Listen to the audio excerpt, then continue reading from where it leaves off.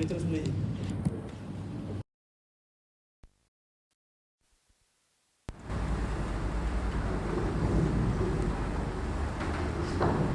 Suara-suara. Bismillahirrahmanirrahim. Assalamualaikum warahmatullahi wabarakatuh.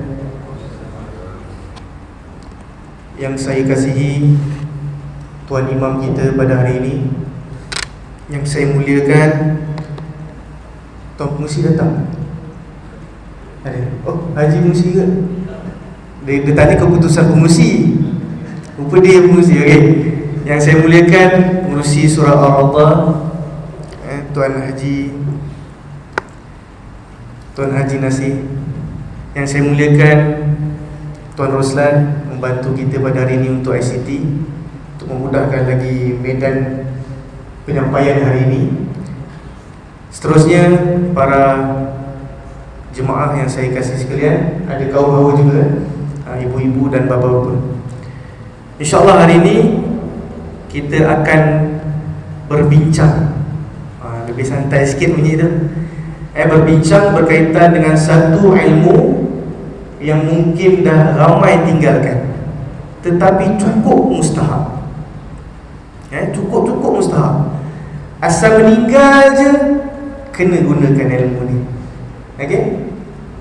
Iaitu berkaitan dengan faraid dan juga pengurusan harta pusaka. Okey, faraid dan juga pengurusan harta pusaka. Sebelum tu saya nak perkenalkan dirilah. Nama saya Muhammad Nazmi bin Khamis, KA. KA tu maksudnya ejaan bapa saya. KA, bukan KHA. Saya berasal dari Kampung Serkam, Merlimau, Melaka. Okey, mendapat pendidikan menengah di Sekolah Menengah Kebangsaan Agama Sultan Muhammad di Batu Berendam. Menyambung pelajaran ke Sekolah Berasrama Penuh Integrasi Selanda sampai SPM. Diberi ruang dan peluang untuk sambung pengajian di dalam bidang undang-undang dan syariah di Universiti Sains Islam Malaysia. So kalau ikutkan, saya ada double degree. Saya boleh buat civil, saya boleh buat syariah. Okay, sekarang pun saya telah ditauliahkan sebagai pegawai syar'i wilayah Persekutuan dan juga Melaka. Cukuplah 2 lesen tu. Untuk pegawai sivil, saya dalam tempoh latihan dalam kamar. Doakan juga tuan-puan. Saya fokuskan bidang saya hanya kepada pengurusan harta pusaka, faraid, hibah, wasiat dan seangkatan dengannya. Kalau nak tanya berkaitan dengan undang-undang keluarga, insya-Allah boleh juga. Okey, tapi orang kata tak mungkin jawapan tu tak memuaskan hati. Okey, kepakaran saya terhadap pengurusan harta pusaka. Kita akan menggunakan buku yang ditulis oleh Al-Fadhil Ustaz Muhammad Bushari bin Saleh, guru faraid saya juga. Okey, kerana bukunya agak ringkas, agak ringkas dan mudah difahami. InsyaAllah ada ruang dan peluang, kita akan pergi ke detail lagi lah dengan buku-buku yang lebih detail. Okey, insyaAllah. Jadi tuan-puan, hari ini saya cakap dengan tuan pengurusi, kita ambil overview je dulu, pengenalan terhadap pengurusan harta pusaka. Okey, supaya perbincangan kita ni dia membumi. Bukan saya seorang je duk syok, duk cerita. Jadi tuan-puan dapat merasai apa yang saya nak sampaikan dan dapat terus buat, kalau terlibat secara tidak langsung, ataupun boleh terus sebarkan kepada sahabat-sahabat yang lain, ahli keluarga yang lain, anak-anak kita, isteri-isteri kita, dan sebagainya. Okey, jadi kita akan tengok sikit sebanyak berkaitan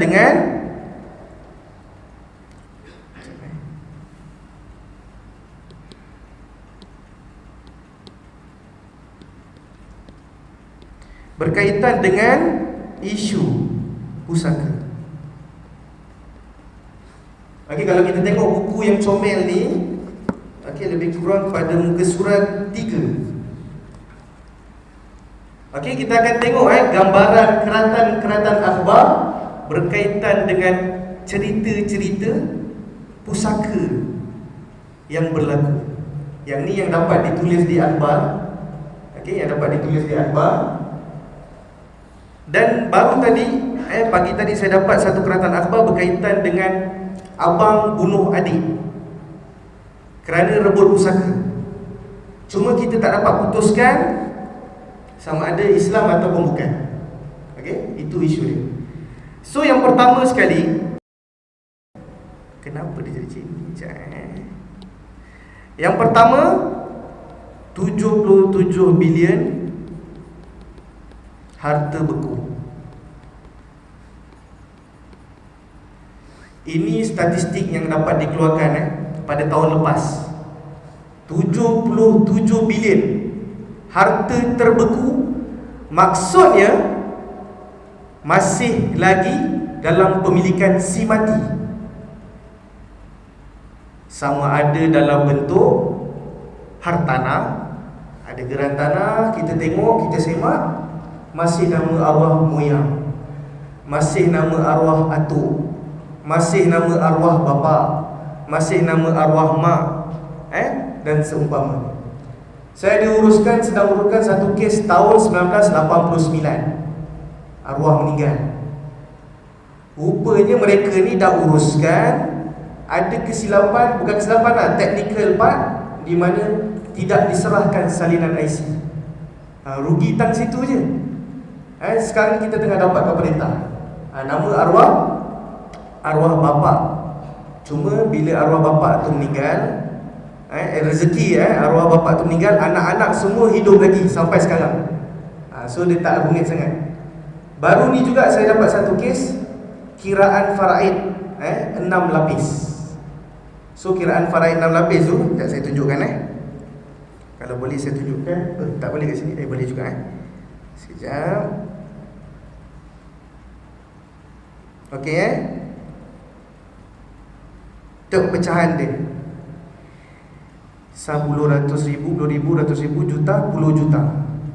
Kalau kita belajar pecahan, pembawah kepada pecahan tu adalah 23 juta.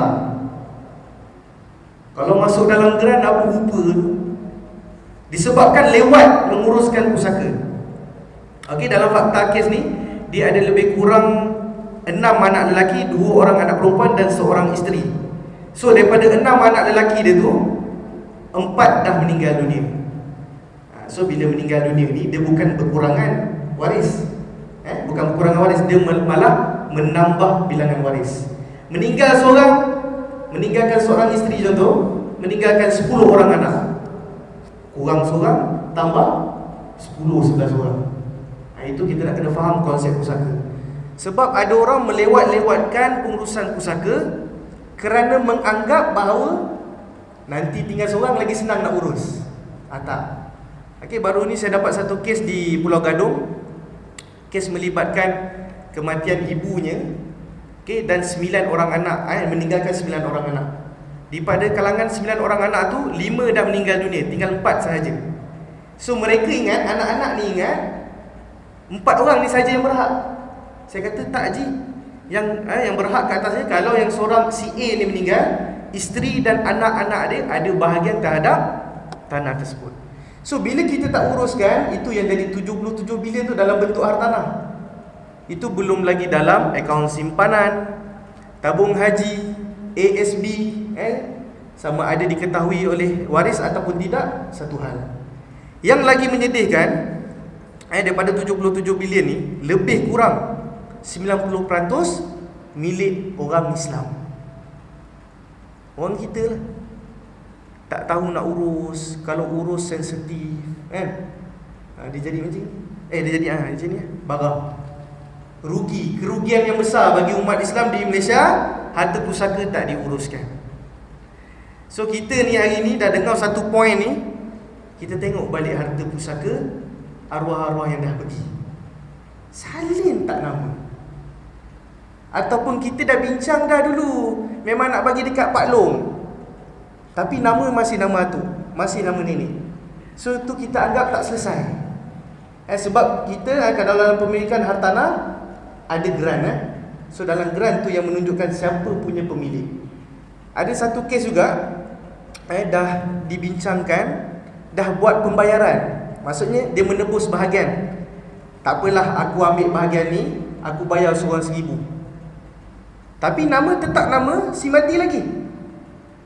So bila dah turun kepada peringkat anak, peringkat cucu, mereka nak tuntut balik. Dan dia kata 1000 dulu tu tak boleh pakai.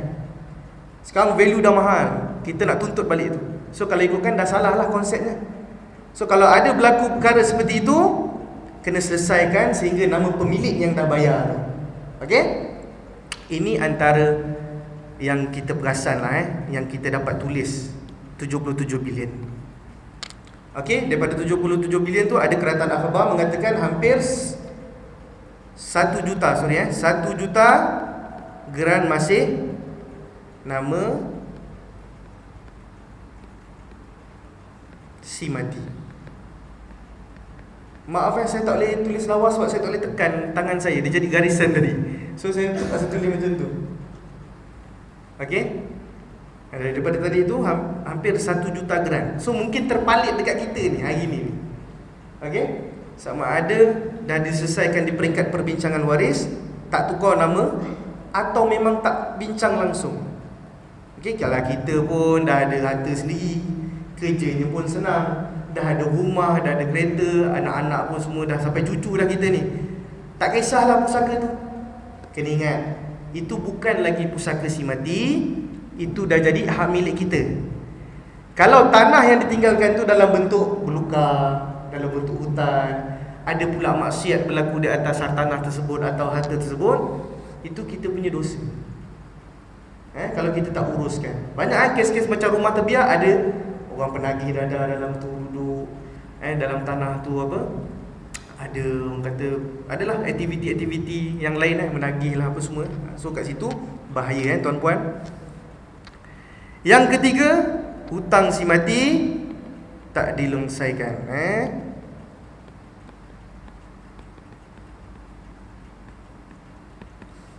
Tak dilungsaikan lah, lebih kurang hutang si mati tak dilunaskan sebab kita tak faham konsep melunaskan hutang dalam apabila seseorang itu telah meninggal dunia.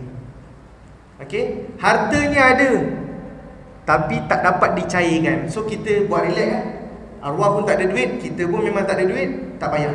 Sedangkan kalau kita meninggal dunia dalam keadaan berhutang, roh kita akan tergantung-gantung. Ini bukan rekaan bukan rekaan. Ini ada dalil yang sahih berkaitan dengan hal tersebut. Jadi kita hari ini, kita tengok diri kita, ada tak hutang? Sama ada hutang bank ke, hutang dengan kerajaan ke, hutang peribadi ke, hutang rumah ke, ataupun hutang secara verbal, hutang secara lisan, hutang dengan kawan kita, kita pinjam, hutang dengan mak ayah kita, kita pinjam, hutang dengan kawan-kawan semua kita pinjam, tak bertulis. Hutang tu tetap hutang, tapi lepas meninggal dunia, hutang tak dilunaskan. Sebab perancangan pada awalnya kita tak tulis apa semua, dan selepas meninggal dunia, waris tak uruskan, tak cairkan duit untuk bayar hutang. Okey? Okey, yang keempat, okey, kenderaan masih nama arwah, dah jadi besi buruk. Baru ni saya uruskan juga satu kes berkaitan dengan si mati meninggal dunia, meninggalkan 3 orang anak perempuan, meninggalkan anak saudara lelaki 4 orang. Sebabkan dia tak ada adik-beradik, mak ayah semua dah meninggal, adik-beradik pun semua dah meninggal lagi awal. So anak lelaki daripada saudara lelaki berhak menguruskan. Nak menguruskan apa? Adalah 2-3 biji motor dan juga 1 kereta. So kalau dia tak gigih nak menguruskan kenderaan ni, yang mungkin value-nya mungkin sebiji motor tu dah tinggal 500. Kalau ada yang menggunakan kenderaan tersebut tanpa izin waris-waris yang saya cakapkan tadi, maka penggunaan kenderaan tersebut adalah dalam keadaan haram. Kita duk pakai je motor arwah, duk pakai je kereta arwah, tak pernah minta izin waris. Lepas tu isu road tax tu tak kisahlah, nak jalan dalam kampung ke, nak jalan dalam taman je ke, kat situ bahaya kalau ada waris yang tak izinkan. Sebab tu pengurusan ni penting. Sesimpel-simpel, semudah-mudah harta. Nanti kita akan sentuh buku ni secara detail. Untuk hari ni kita dapatkan overview saja. Yang kelima yang paling besar, silaturahim antara waris. Okey, retak 1000. Bila saya buat kerjaya saya ni fokus kepada pengurusan harta pusaka, memang hari-hari ada orang mengadu berkaitan dengan hal ini. Biasanya kes yang melibatkan adik-beradik ramai, 13 orang. Baru ni 9 orang datang mengadu.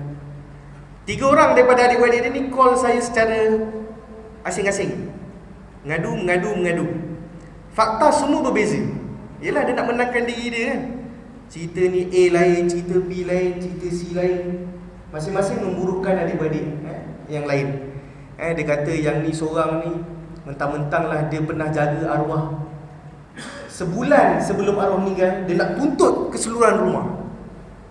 Sedangkan ada adik-beradik yang nak, orang kata nak bincang lah, nak ambil ke sikit barang buat kenang-kenangan, dia marah. Aku ni yang jaga mak, aku ni yang jaga ayah, itu semua hak aku. Kita ingat benda ni macam drama kan, tapi memang berlaku. Ada yang seorang ni kata, yang depan ni tanah aku, yang kiri kanan ni tanah aku. Adik-beradik lain pergi ambil belah belakang, atas bukit yang ada kolam, yang orang kata mudah banjir lah. Sedangkan benda tu salah. Disebabkan apa? Sebabkan dia yang paling rapat dengan arwah. Simple. Okey?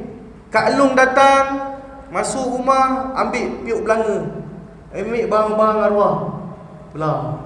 Yang duduk rumah, yang jaga ni, contohlah yang kata jaga arwah ni, dah bercakap. Pandai je Kak Long, main ambil je barang, tak minta izin pun.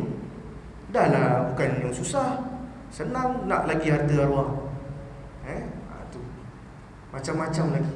Yang dah 15 tahun, 20 tahun tak bertegur sapa dengan adik-beradik sebab pusaka pun kita jumpa. Nak minta nombor telefon, nak kontak waris ni, minta maaf tuan, saya dah lama tak simpan nombor ni. Dulu masa muda-muda rasa macam ego tu besar, hantar kau lah, putus dara lah, janji kau tak dapat sesen pun. Tu ayat biasa tu. So bila dia minta kita bantu, kita cuba track waris masing-masing dan kita bagi penerangan apa yang sepatutnya kita kena buat. Okey, yang ni sebenarnya yang paling menyedihkan. Di Kelantan, bukan saya nak sentuh, ni memang dalam apa kita panggil dalam keratan akhbar. Adik-beradik bergaduh, yang abang ni bawa JCB. Dia robohkan rumah pusaka separuh. Dia kata bahagian separuh, dia robohkan separuh. Agaknya dia tak puas hati dengan adik dia, dia robohkan separuh. Dalam keadaan ipar dan anak buah dia ada dalam rumah tu. Agaknya awal-awal ngam je, anak adik kau duduklah dulu. Tapi agaknya dia lah yang tak kena tu, sampai JCB dia bawa roboh. Ni yang kita tak nak. Kita duduk solat, puasa, bayar zakat, kemas, cantik lah. Tapi bab silaturahim kita tak jaga, sia-sia ibadat kita. Tuan-puan, hari ni kita bincang mungkin rasa halal, haram, gaduh. Tapi mungkin inilah titik untuk kita lengkapkan lagi kita punya diri, akhlak dan sebagainya. Jadi itu adalah isu-isu ataupun cerita-cerita pusaka. Kalau kita tengok macam-macam lah, 90 waris dapat 1.8 meter persegi tanah seorang. Kita tengok sejuta kes tuntutan tanah pusaka sukar diselesaikan, 4 bilion keuntungan simpanan KWSP masih tak dituntut. Macam-macam lagi cerita. Itu belum sentuh barang kemas. Okey, saya pernah jumpa satu kes barang kemas tak diagihkan hampir 10 tahun. Saya kata apa yang susah sangat?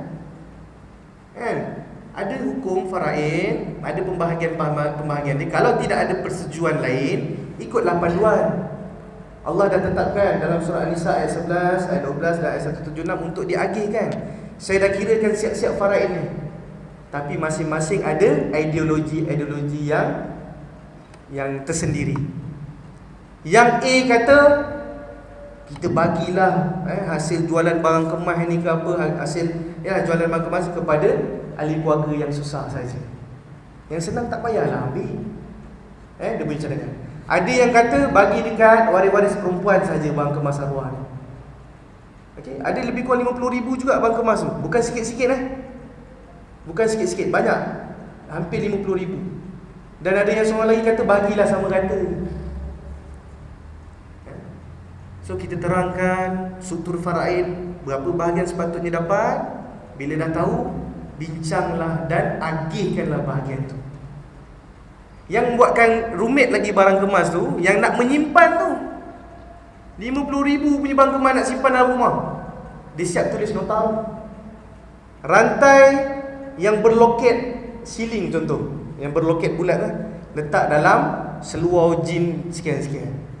Cincin 4 bentuk letak dalam sekian-sekian. Saya tengok, saya giling. Kenapa nak bebankan kaedah seperti itu sedangkan perlu diagihkan? Dan ada hak waris-waris dalam tu. Ada hak waris-waris. Jangan kita memanipulasikan hal tersebut. Disebabkan kita punya disebabkan kita punya niat ataupun tujuan kita. Jadi tuan-puan yang saya kasih sekalian, kenapa hal ini berlaku? Kenapa hal ini berlaku? Payah sangat ke faraid ni? Ada orang kata faraid ni tak adil. Tuan, faraid ni tak adil. Datang jumpa saya bila tahu saya buat berkaitan dengan faraid pengurusan pusaka, dia kata faraid ni tak adil tuan. Kenapa lelaki dapat lebih? Kalau kita jawapan mudah lah, Allah dah tetapkan. Tapi dia tak nak jawapan begitu. Dia tak puas hati. Dia tahu dah hukum tu hukum Allah, tapi dia tak puas hati. Jawapan dia mudah je. Kenapa lelaki dapat lebih lah kalau senang cerita Siapa yang beri nafkah? Suami atau isteri? Yang menafkahi antara pasangan ni, suami ke isteri? Saya tanya dia. Suami. Siapa yang menafkahi anak untuk pendidikan, pakaian, makanan dan juga isteri? Dia kata suami, lelaki. Kalau tak pergi dekat bapa, kalau tak pergi dekat datuk. Yang duit yang diterima oleh wanita ni, itu hak mutlak dia. Tak ada orang pun nak cuit duit tu, melainkan kalau dia nak bagilah ihsan. Tu saya cakap tu je. Melainkan kita sekarang ni amalannya orang lelaki tak buat begitu. Yang menanggung keluarga adalah isteri. Yang tu punca. Ada yang mengadu juga, tuan, bapak saya meninggal, datuk saya dapat pusaka bapak saya. Bapa kepada si mati dapat bahagian. Lebih kurang 1/6 bahagian. Sebabkan si mati ni ada anak lelaki. Tapi tuan, dia tak pernah tanya khabar saya pun. Yang ni yang paling bongsu lah orang kata, yang tak ada keluarga lagi, mengadu kat saya. Macam mana tu tuan? Apa yang kita nak buat? Saya kata benda ni macam kewajipan solat sebenarnya. Kewajipan solat. Kalau dia dah tahu wajib solat, dia tak nak solat, kita nak buat apa? Nak rembat nak rotan dia, pengusi pergi surak, pergi rumah seseorang yang tak solat ni, sebat tak ada penguasaan. Sama juga dengan faraid. Sama juga dengan faraid. Nak buat laporan polis, dia tak bertanggungjawab ke atas kita, susah. Itu lebih kepada dia punya awareness untuk menjaga. Dan tak semestinya juga disebabkan faraid itu hadirnya tanggungjawab. Tak semestinya. Okey? Tak semestinya adanya pusaka baru nak kena tanggungjawab. Ini pun ramai yang salah. Arwah tak tinggal pun harta, tak payahlah kita nak bincangkan pasal anak dia ni. Tak.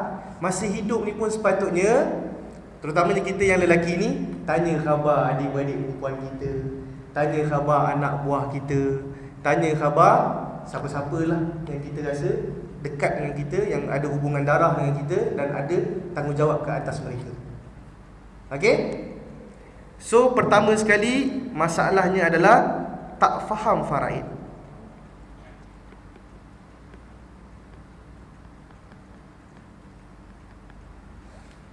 Okey, tak faham faraid, tak kenal faraid. Bukan saya nak sampaikan kita ni kena ambil degree syariah, kita kena ambil kos yang panjang-panjang untuk belajar faraid, tak. At least kita tahu apa maksud faraid yang kita akan kupas nanti akan datang, dan kita tahu analisa faraid kita bila kita meninggal dunia, siapa yang bakal mewarisi harta pusaka kita. Supaya apa? Kita dah boleh pesan dah kepada mereka, kalau ayah dah tak ada, kalau mak dah tak ada, ini bahagian korang. Ini harta yang abah tinggalkan. Ini harta, ini hutang yang abah ada. Yang ni duit-duit yang kau boleh ambil untuk bayar hutang dan perlu diagihkan dan sebagainya. Itu yang kita nak. Okey, kalau macam saya ni memang dah ada tanggungjawab lah untuk menyelesaikan masalah orang-orang lain. Tapi kalau kita yang belajar yang sedikit ni, mungkin yang kita kata tak perlulah nak berat-beratkan kepala otak, at least kita tahu kalau kita meninggal, siapa yang bakal mewarisi harta kita. Dan okey ke tidak prosesnya tu. Adakah yang berlaku sekarang ni yang 70 bilion terbeku tu, ataupun cantik je? Bila saya buat taklimat, buat perkongsian, mengajar faraid, ada di kalangan waris kita, klien-klien saya yang hadir, tuan, arwah baru meninggal semalam. So kita terus nak uruskan pusaka. Bila dia faham pentingnya urusan pusaka. Sebab kita kena ingat satu hal, rumah arwah, walaupun jenazahnya masih ada di dalam rumah, rumah tersebut bukan lagi rumahnya.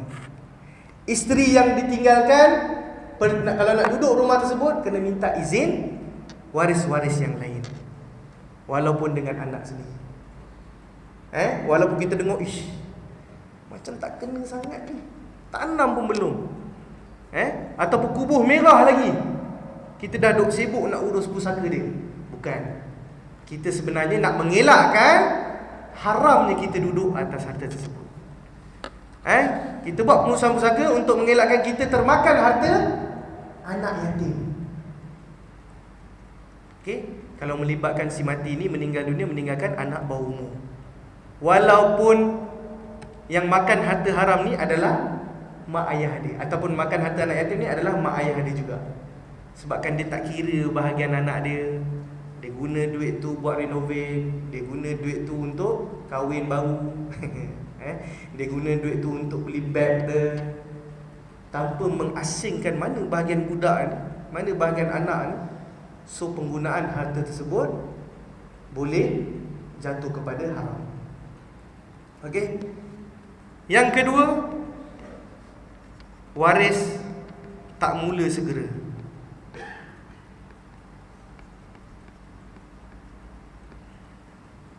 Hal ini memang banyak berlaku. Macam saya cakap tadi, tanah merah lagi. Buat apa kita nak uruskan? Walaupun tanam dekat, tanah tu putih. Skrip sama satu Malaysia.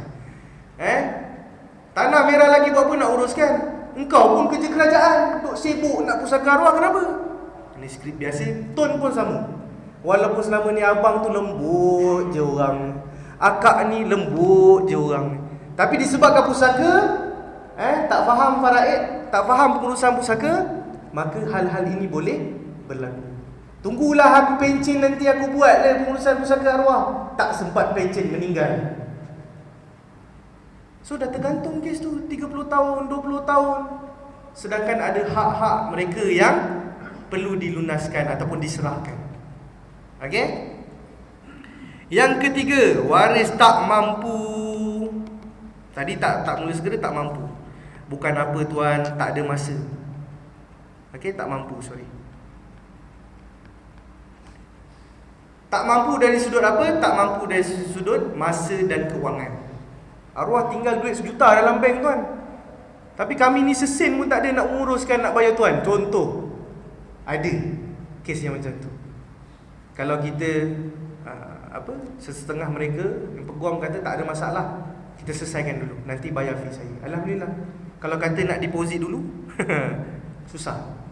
Okey, so kita hari ni, yang kita dengar hari ni, kita kena fikirkan kat mana duit yang waris nak guna untuk bayar kos pengurusan pusaka. Sama ada buat sendiri, sama ada bayar peguam, sama ada lantik konsultan. Macam mana dia nak ambil duit ni? Ada tak mereka duit? Kat mana duit yang nak digunakan untuk bayar hutang kita? Mungkin kos ke bumi tak ada masalah kat sini, ada khairat, betul? Ahli-ahli semua dah join khairat, ahli jemaah semua dah join khairat, tak ada masalah kat situ. Tapi bab hutang, pihak surau ada sponsor tak bayar hutang arwah? Ada hutang jemaah? Tak ada kan? So kita kena fikirkan hal tersebut. Kalau yang dah hutang semua dah tak ada tu, alhamdulillah lah. Waris tak mampu. Yang ni banyak saya jumpa. So kena fikirkanlah, janganlah tunggu akan datang sehingga kan cerita-cerita pusaka tadi bermula lah, berlaku. Okey, yang ni yang kita dapat simpulkan. Secara ringkas lah, nanti dari semasa ke semasa kita akan detailkan hal-hal tersebut bergantung kepada kes-kes yang direferkan kepada saya. Okey, part seterusnya, apa yang sepatutnya kita lakukan? Okey, yang pertama kita kena tahu prosedur undang-undang.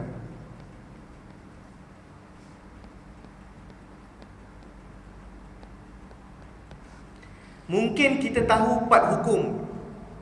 Bila kita dah tebus bahagian waris, kita dah boleh duduk dalam rumah tu. Tapi kita tak tahu pun kena tukar nama dalam geran. Sepatutnya apa sahaja harta yang bergeran, tak semestinya geran tanah, tak semestinya geran kereta, duit simpanan, walaupun bukanlah dalam bentuk geran, dia adalah akaun, ada buku akaun, ada penyata akaun. Harta-harta yang kita panggil ada surat beranak, semuanya perlu melalui prosedur undang-undang, di mana perlunya permohonan pusaka, perlunya ada perbicaraan, dan perlunya kepada perintah. Okey, ni kita cerita sikitlah overview. Okey, adanya permohonan sama ada di peringkat Mahkamah Tinggi, Amanah Raya atau Pusaka Kecil. Biasa dengar tiga agensi ni, saya akan sentuh juga benda ni, bidang kuasa mereka. Okey, ni overview. Nanti secara detail kita akan tengok. Contoh di Pusaka Kecil, okey, kita kena buat permohonan, masukkan ataupun senaraikan waris-waris, senaraikan harta arwah, senaraikan hutang arwah, supaya kita dapat satu perintah untuk turun milik. Cumanya isu berlaku dekat sini, perbicaraan. Borang ni kebanyakannya boleh isi sendiri. Borang dekat pusaka kecil ni, kalau tuan-puan pernah buat borang A, kita panggil borang A, borang permohonan. Tapi ramai yang silap dekat perbicaraan. Kita kena faham perbicaraan pusaka bukanlah tempat untuk berbincang. Bukanlah tempat untuk berbincang bergaduh depan hakim. Dekat situ adalah tempat untuk endorsement saja, persetujuan. So kita kena buat awal. Okey, kena faham prosedur undang-undang. Walaupun ada perbicaraan, bukanlah dekat situ kita nak bincang siapa dapat rumah, siapa dapat kereta, siapa dapat motor. Memang hakim akan suruh balik bincang kat rumah. Dia tak nak dengar semua tu. Okey, mungkin dia boleh bantulah bagi pandangan, tapi bukan dia yang bantu perbincangan. Okey?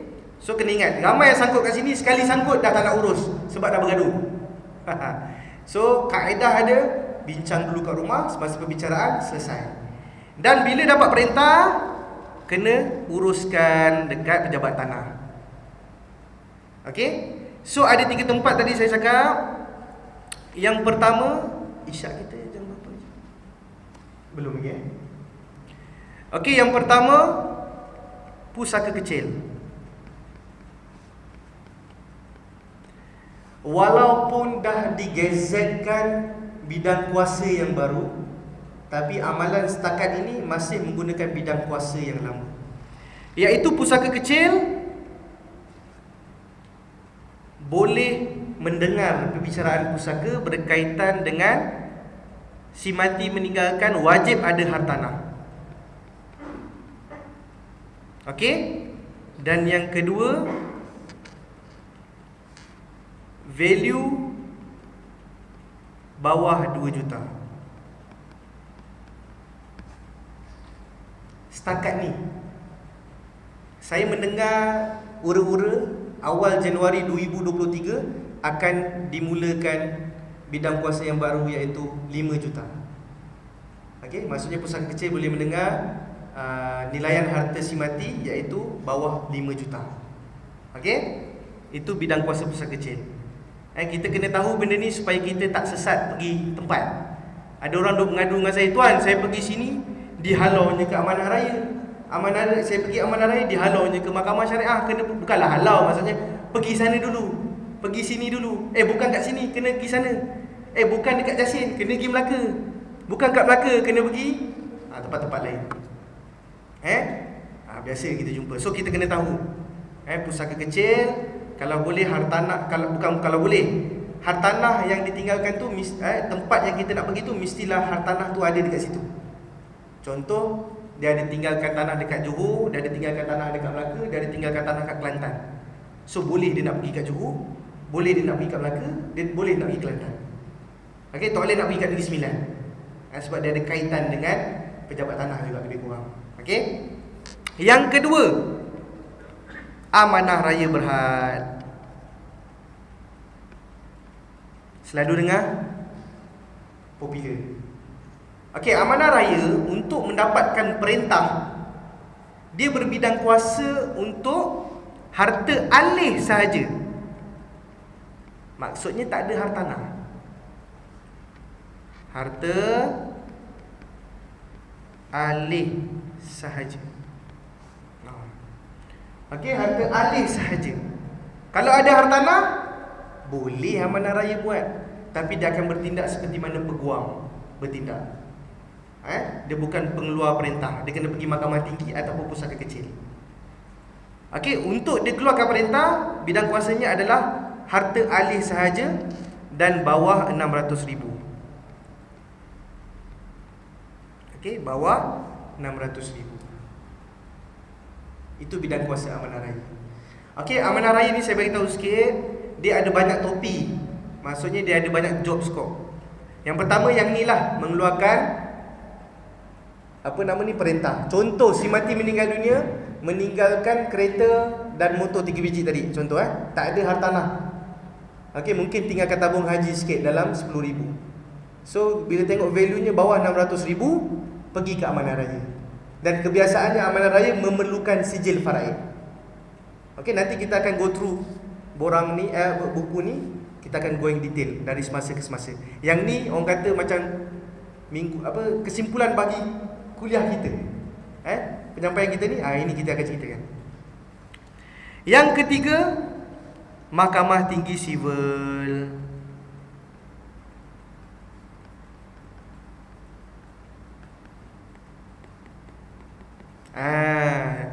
Okey, Mahkamah Tinggi Sivil, kalau harta lebih 2 juta, pergi kat Mahkamah Tinggi Sivil. Walau bagaimanapun, Mahkamah Tinggi Sivil boleh juga mendengar value pusaka tu dalam 20,000, 50,000 dia boleh dengar. Tak ada masalah pun sebenarnya. Cuma kelebihan Mahkamah Tinggi ni dia cepat. Biasa kalau pusaka tu 6 bulan ke setahun, Mahkamah Tinggi mungkin lebih kurang 3 bulan. Kalau nak cepat lah. Okey. Tapi kalau dah memang lebih 2 juta atau 5 juta nanti, memang dia akan tendang pergi Mahkamah Tinggi. Itu tak ada pilihan dan perlu lantik peguam sivil untuk uruskan. Okey. Yang keempat, Mahkamah Syariah.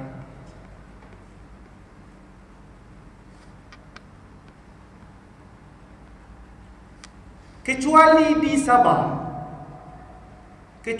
Sabah, Mahkamah Syariah tak boleh keluarkan perintah untuk turun milik. Okey, turun milik ni maksud nama si mati kepada nama waris. Itu prosedur kita panggil turun milik. Kecuali di Sabah, selain daripada tu, Mahkamah Syariah tak boleh keluarkan perintah untuk turun milik. Hanya di Sabah saja diberi kuasa untuk buat proses turun milik macam pusaka kecil. Macam Mahkamah Tinggi Sivil, macam amanah raya. Cuma prosedur tu saya tak pasti sangatlah. Saya tak bermain di sana, tak praktis di sana. So setakat ni di Semenanjung, semua mahkamah syariah tidak boleh keluarkan perintah untuk tukar nama dalam geran, untuk cairkan duit dekat bank dan sebagainya. Apa yang boleh dikeluarkan mahkamah syariah ini? Yang pertama, sijil faraid ataupun perintah faraid. Itu tugas dia, mengetahui ataupun menentukan bahagian-bahagian faraid waris. Okey? Dekat sini kalau boleh bukan kalau boleh, wajib untuk kita revealkan fakta yang betul. Jangan duk guna kebijaksanaan kita menyembunyikan waris. Ada kes menyembunyikan waris. Dia 5 beradik. Dia kata arwah tinggalkan 2 beradik. Yang 5 lagi ni, yang 3 lagi ni dinafikan hak. So kalau kantoi, waris boleh buat report polis, berlaku penipuan kat situ. So jangan buat. Okey, ada kes. Dan ada waris memaafkanlah. Jarang waris nak buat laporan polis. Okey, dekat mahkamah syariah juga boleh buat tuntutan harta sepencarian. Okey? Itu mahkamah syariah. Tuntutan harta sepencarian ni secara asas nanti kita boleh sentuh juga tajuk ni dalam satu hari. Okey, dalam satu masa, dalam satu kuliah.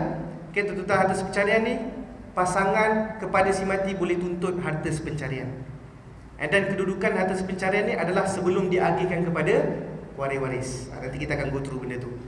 Okey, yang seterusnya pengesahan hibah, pengesahan wasiat.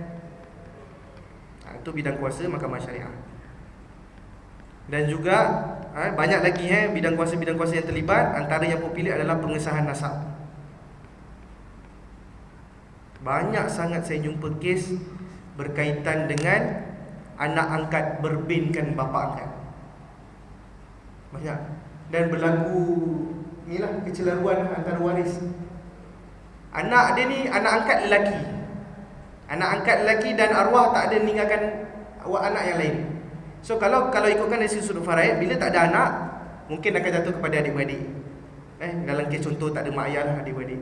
Tapi disebabkan anak angkat tu binkan bapa angkat dia, dan dia tahu, tapi dia senyap. Kalau aku tahu ni aku tak dapat sesin harta arwah ni. Dia senyap. So ada yang datang mengadu dengan saya, tuan, yang simpulan ni dia bukan anak kandung, dia anak angkat. Macam mana kita nak buat, tuan? Sepatutnya hak tersebut perlu diagihkan kepada waris-waris yang lain.